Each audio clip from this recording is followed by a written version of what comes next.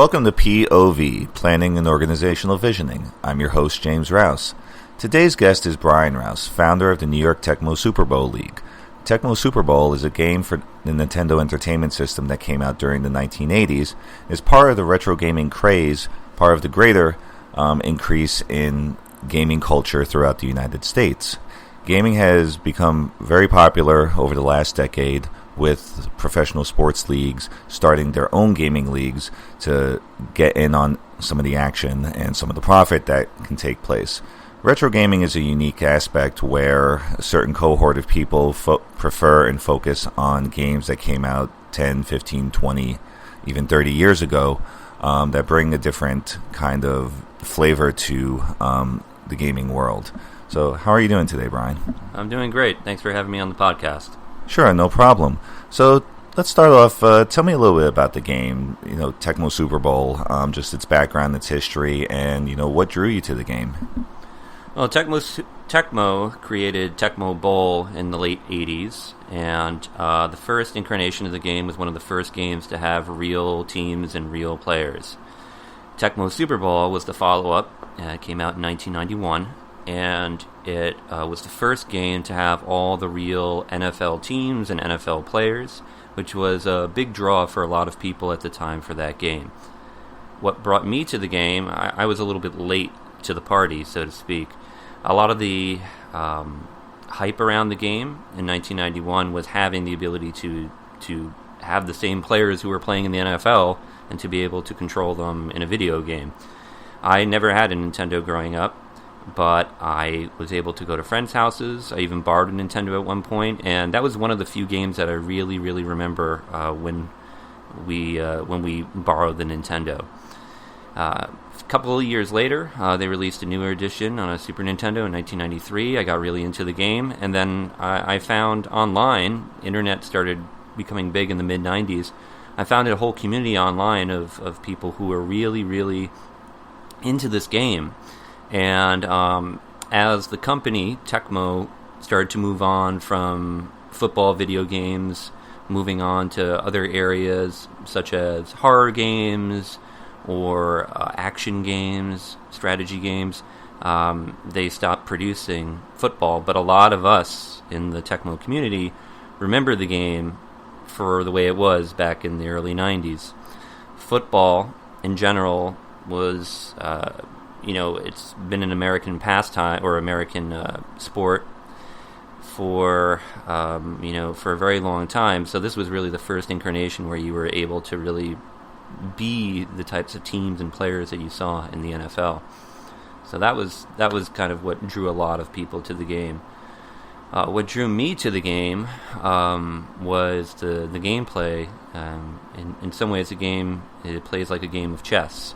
You're having to constantly guess the other person's plays, and there's a lot of skill that's involved in that, but there's also a little bit of luck that's added to that equation that makes it exciting. Interesting. So, as part of that, and with the online gaming community that you were able to find, I presume you played online for a long time, but after some time, you started with tournaments. And these tournaments were not only local, but you found that there were tournaments in other states, other cities. Tell me a little bit about how that came about, and just a little bit about the tournament in general. Sure. I could say a little bit about the tournament, but giving a little bit of background, when I found the online community, this was in the mid to late 90s, the idea of having an in-person tournament with other people outside of your friends was not even a thought. Even playing online was really not that developed until about the early 2000s, when people started getting broadband modem access. So no longer did people have to dial up to play someone across the country. So that started sparking a lot of people's interests, and a lot of the online gaming community formed in the early 2000s. Still at that time, a lot of people didn't really get together and meet up in tournaments. So it really wasn't a thing until, I guess maybe around 2004, 2005, this message board that I was on, it was almost like a novelty to find out that 12 members of that community had just got together and met up. So I think that sort of sparked a little bit of interest about people actually going out there and meeting up. It's kind of like, one thing you could make an analogy to is the idea of online dating. You know, people back in like the late 90s, early 2000s didn't think, oh, I can meet someone over the internet and, you know, I can actually form an actual relationship or friendship or you know, competitive sparring, you know, whatever, over the internet. But as that stigma started to die down, people were more willing to meet up. I had done a tournament in 2007 in Manhattan, and I wanted to make it a regular thing, but it didn't quite work out. But one day in 2011, I was in a bar, and I saw a whole bunch of other people, maybe about 30 to 40 people, playing another video game, Street Fighter, in this bar. And I thought, this would be a great idea. You know, I can combine video games with spending all day at a bar. You know, what sounds better than that? So I asked the owner about it, and I've been doing it every year since. This is going to be our 8th year this October. Oh, that's pretty amazing. And the New York tournament's part of a greater series of tournaments that culminate, from what I understand, in Madison, Wisconsin, where people from not only all over the country, from other countries, apparently, come to partake. Could you talk a little bit about that and how those started up? Sure.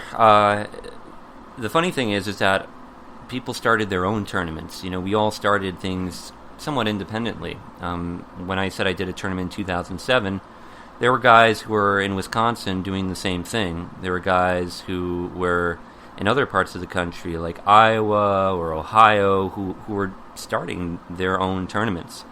And then I guess word gets around about you know, who tournaments in the area. People find out about it on the internet, and I know in the Midwest there's a huge Tecmo community, especially in Wisconsin.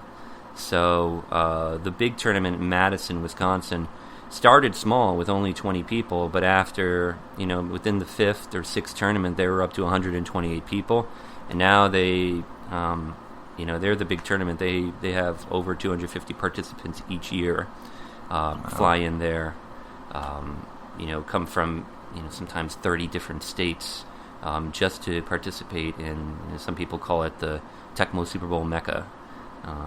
That's, you know, almost every Tecmo player once in their Tecmo career has to go to Madison, you know, if you're any halfway decent, to kind of prove yourself. Yeah, so tell me a little bit about the Tecmo community, because as it gets, retro gaming in general gets more popular, certain stigmas about gaming and retro gaming in general and who's involved with it start to break down a little bit. So tell me about who's involved in the Tecmo community, and like, what does it mean to you when you do get together? Like, what kind of interaction and camaraderie do you see there when you go to various tournaments? Sure. I would say that the majority of people who I've met through Tecmo tournaments have been great. You know, there's always going to be a couple of people who are kind of you know, bad apples. They're a little bit too competitive, or you know, they complain, they throw the controller, you know, when something doesn't go their way. But, you know, 90 to 95% of the people you meet are you know, they're in their 30s, they're in their 40s. They have many times they have solid careers or families.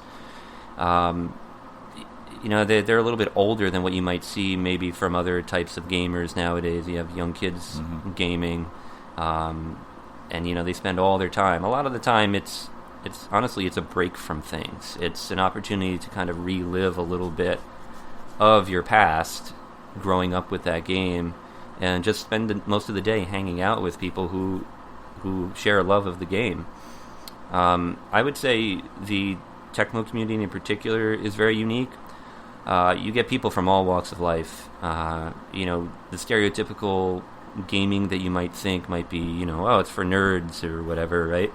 But being a sports game, you get guys who come to the tournament who, you know, they're really video game fans, so they'll you know, collect video games. They'll have all these different games, but then you get other guys who just big sports fans, go to these tournaments. They'll dress up in jerseys, you know, with players' from that era, from that time. So it's just it's a wide variety of the types of people that you get to meet at these tournaments, and they all interact and get along pretty well. Yeah, so it doesn't sound like it's solely hardcore gamers, but do you get some who like play a lot of different kind of games, or do you feel it's more of a tighter? Most people who come there to a Tecmo tournament are almost exclusively like Tecmo is their game. Every now and then you'll get someone where Tecmo Super Bowl is maybe like one of the few games that they like. Maybe they'll like another retro game a little bit more, but they're still big Tecmo fans. You very rarely get people under a certain age. A lot of the hardcore gamers are probably late teens, early 20s. They have a lot more time to dedicate to this stuff. A lot of the people you get there, you get to this tournament, Tecmo was their game. They thought that they were the best growing up, or they thought that, that they have those memories. As I said, every now and then you'll get someone who might like another game. For example, I know a couple people who are really into NHL 94, another sports game that was big back in the day. Some people are into fighting games, a few fighting games like Marvel vs. Capcom 2 or Street Fighter, but very rarely will you have someone who has a broad spectrum of types of gaming. They have like their one or two games that they really, really like and are good at. Sure. So, retro gaming in general, and uniquely, Tecmo in particular, has been getting a lot of attention. And recently there was a Super Bowl ad that featured Tecmo Super Bowl's most prominent character, Bo Jackson. Yeah. Just talk a little bit about what you think of that, and definitely based around your interest in the game and your colleagues and friends. Kind of help that along. So how does that make you feel to turn on, the most major sports game in the country, and there's Tecmo Super Bowl, and there's the main character participating, in jest, but participating in a game that you love for millions, tens of millions, hundreds of millions of people to see. Yeah, well, Bo Jackson is sort of the guy most people know when thinking of Tecmo Super Bowl. It's like, I've seen that online video where Bo Jackson, runs around the field for 5 minutes, dodging defenders. Because Bo Jackson in the game is unstoppable. I think it even started early, like how we got to the point where Bo Jackson is in these Kia commercials, driving a Kia on the field. I don't know if you guys have seen it. I think it's something that's slowly built over time. These in-person tournaments, I think, was a big part of that. At some point, ESPN caught wind of all these different tournaments going on throughout the country, and they decided to do a feature documentary. I think it was NFL Films, actually. It was NFL Films that found out about this. So they did a feature documentary, I think about 2012, on the Madison tournament and on the hype that was surrounding it, over 200 people traveling and competing. And it got broadcast on ESPN. It was up for a Daytime Emmy Award. So I think, a lot of that gave exposure to the game. And finding a community, one thing we haven't mentioned is that people modify the game. So they put current day players in there. They make these online leagues with all different types of attributes to the players.